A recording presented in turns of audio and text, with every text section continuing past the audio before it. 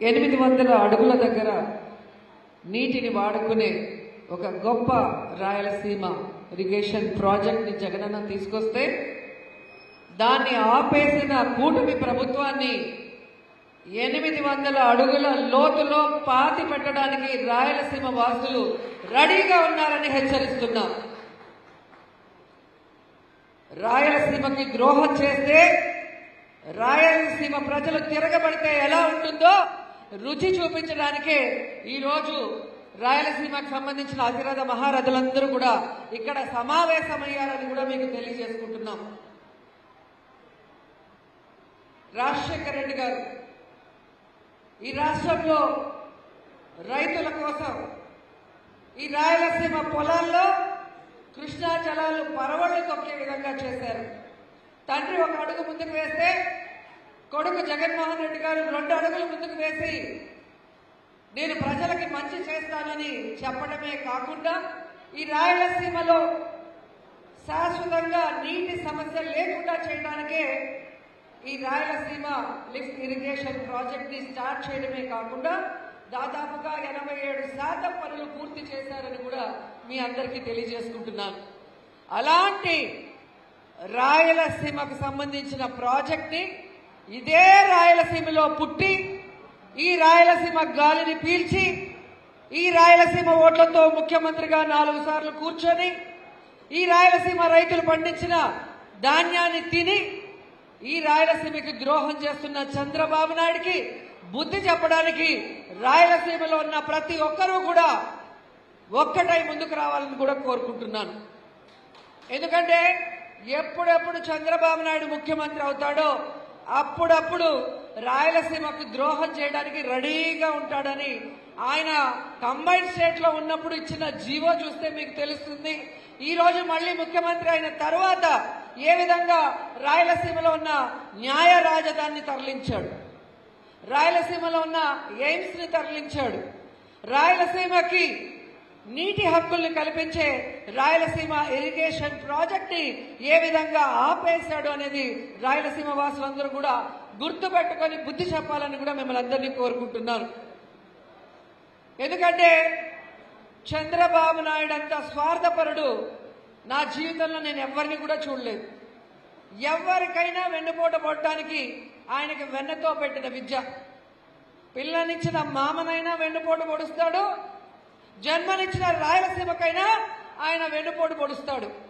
అలాంటి వాడి మెడలు వంచి ఈ రాయలసీమ ప్రాజెక్ట్ ని పూర్తి చేసే విధంగా మన అందరం ఈ రోజు ఇక్కడ కూర్చున్నాం. ఇది ప్రారంభం మాత్రమే. ఇది ఇంకా ఉధృతంగా ముందుకు వెళ్తుంది. ఇది అంతిమ దశకు వచ్చే లోపల ఈ రాయలసీమ ప్రాజెక్ట్ ని కట్టడానికి కూటమి ప్రభుత్వం ముందుకు రావాలి.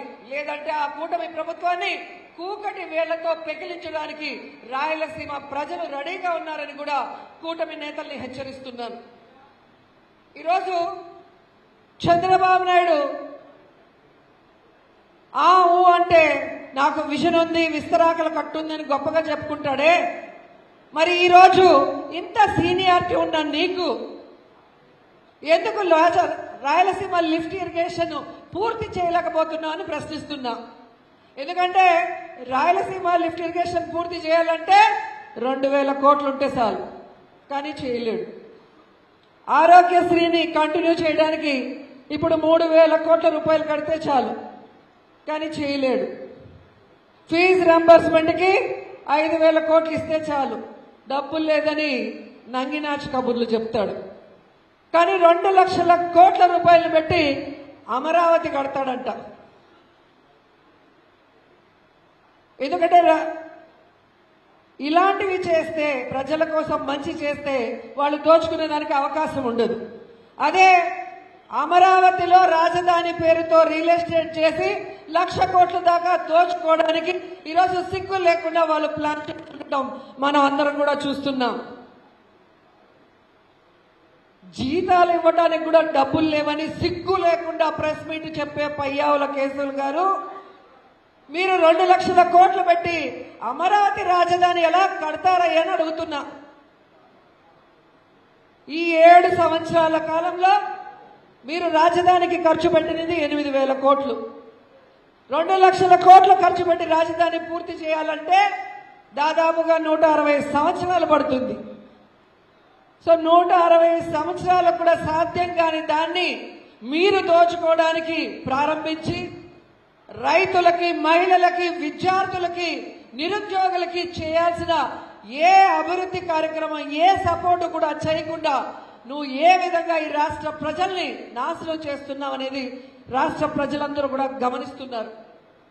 ఎందుకంటే ఈరోజు సాక్షాత్తు తెలంగాణ అసెంబ్లీలో తెలంగాణ ముఖ్యమంత్రి రేవంత్ రెడ్డి గారు నేనే కేంద్రం మీద ఒత్తిడి తీసుకొచ్చి, చంద్రబాబు నాయుడు మీద ఒత్తిడి తీసుకొచ్చి ఈ రాయలసీమ ఇరిగేషన్ ప్రాజెక్ట్ ని ఆపేసాను అని దమ్ముగా మాట్లాడుతున్నాడు. అంటే సోటిగా చంద్రబాబు నాయుడిని నేను అడుగుతున్నాను, నీకు రేవంత్ మధ్య జరిగిన చీకటి ఒప్పందం ఏంటి, ఆ చీకటి డీల్ ఏంటి అని నేను ప్రశ్నిస్తున్నా.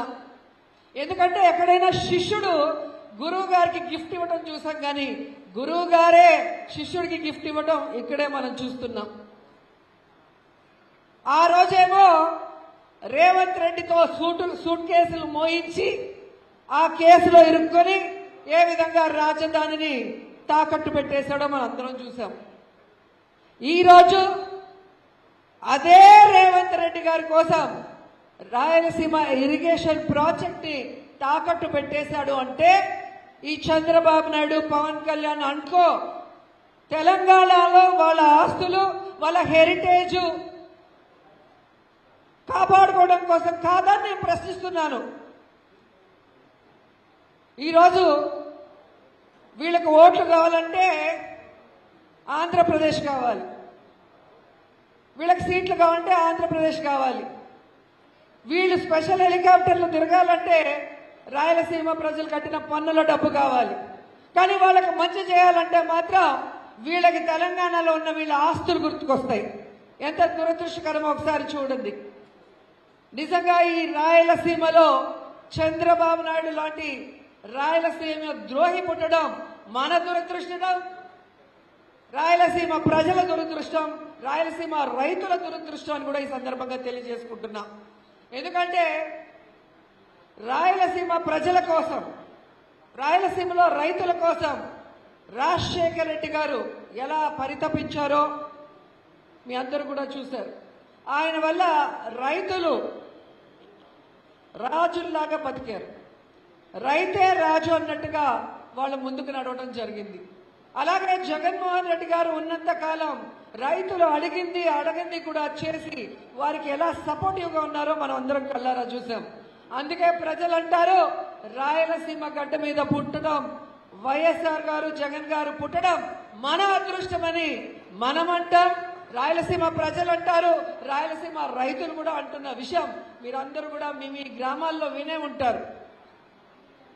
ఈరోజు ప్రజల్లో అవగాహన మనం తీసుకురావాలి. వాళ్ళకి ఎలాగో చెప్పిన వెల్ఫేర్ చేయలేదు, సూపర్ 6 సూపర్ ఫ్లాప్ చేశారు, ఆరోగ్యశ్రీ లేదు, ఫీజు రియంబర్స్మెంట్ లేదు, అమ్మఒడి లేదు, రైతు భరోసా లేదు, అన్ని రకాలుగా మోసం చేశారు. ఇవన్నీ ఒక ఎత్తు అయితే రాయలసీమ లిఫ్ట్ ఇరిగేషన్ స్టాప్ చేయడం అనేది మన గొంతు కోయటమే, ఆ ప్రాజెక్ట్ ని నాశనం చేయటమే.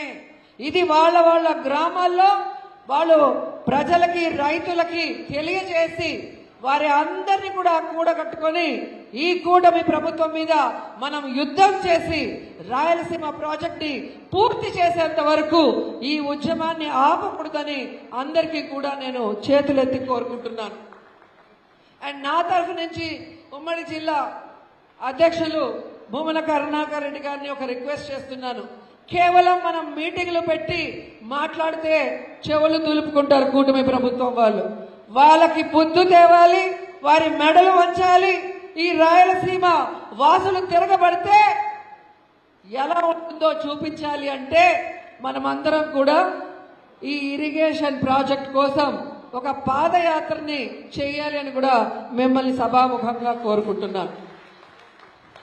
ఎందుకంటే ఈ రాయలసీమ ఇరిగేషన్ ప్రాజెక్టు ఎంత ఇంపార్టెంట్ అనేది ప్రజలకి తెలియజేసి, ఎందుకంటే అమాయకమైన ప్రజలు ఉంటారు, వాళ్ళకి ఏ రోజుకి ఆ రోజు పని చేసుకుంటే గాని వాళ్ళు బ్రతికే పరిస్థితి ఉండదు. కష్టం వస్తే భరిస్తూనే పని చేసుకుంటారు. మనం వాళ్ళకి చెప్పినప్పుడే వాళ్ళు చైతన్యవంతులై మనతో పాటు ముందుకొస్తారు. ఈరోజు 87% పూర్తయిన ఈ ప్రాజెక్ట్ ని చేయడానికి చాలా తక్కువ అమౌంట్ 2000 కోట్లు మాత్రమే. అది ఇస్తే ఈ రాయలసీమకి సాగునీరు తాగునీరు అందించడమే కాకుండా శాశ్వతంగా నీటి సమస్య లేకుండా చేసే ఒక బృహత్తరమైన కార్యక్రమం. కాబట్టి ప్రతి ఒక్కరూ కూడా మీ గ్రామాల నుంచి అత్యధికమైన రైతుల్ని ప్రజల్ని తీసుకొచ్చి ఈ పాదయాత్రను చేయాలి. ఈ పాదయాత్రని చూసి కూటమి ప్రభుత్వం గడగడ వణికిపోయి ఈ ప్రాజెక్ట్ ని పూర్తి చేయడానికి ముందుకు రావాలని కూడా ఈ సందర్భంగా తెలియజేసుకుంటున్నాను. ఎందుకంటే చంద్రబాబు నాయుడుకి మామూలుగా చెప్తే వినపడదు. దున్నపోత మీద వర్షం కురిచినట్టే ఇలా అనుకొని వెళ్ళిపోతాడు. ఆయనకి తెలిసేలాగా చెప్పాలి అంటే మనం చేసే ఆ పాదయాత్ర ఒక మహా ఉద్యమం లాగా మనం దాన్ని ముందుకు తీసుకువెళ్లాలని కూడా కోరుకుంటూ ఈరోజు ప్రజలకి రైతులకి అండగా నిలబడి మన ప్రాంతాన్ని కాపాడుకోవాలని ఇంతమంది ముఖ్యమైన నాయకులందరూ కూడా ఇక్కడ ఒకటిగా రావటం చాలా సంతోషంగా ఉంది. మేమందరం కూడా మీరు ఎప్పుడు ఎలాంటి కార్యక్రమం ఈ ప్రాంతంలో ప్రజలకి అండగా నిలబడటానికి కోరినా మేము ముందుంటాం, చేయడానికి సిద్ధంగా ఉన్నామని కూడా తెలియజేసుకుంటూ మరి ఇంకా ఎంతో మంది పెద్దలు ఈ రాయలసీమ లిఫ్ట్ ఇరిగేషన్ గురించి మాట్లాడడానికి రెడీగా ఉన్నారు. సో మీరందరూ కూడా బాగా వినాలి. దాని గురించి మీకు అవగాహన వచ్చినప్పుడే మీరు వెళ్ళి మీ నియోజకవర్గాల్లో చెప్పే అవకాశం ఉంటుంది.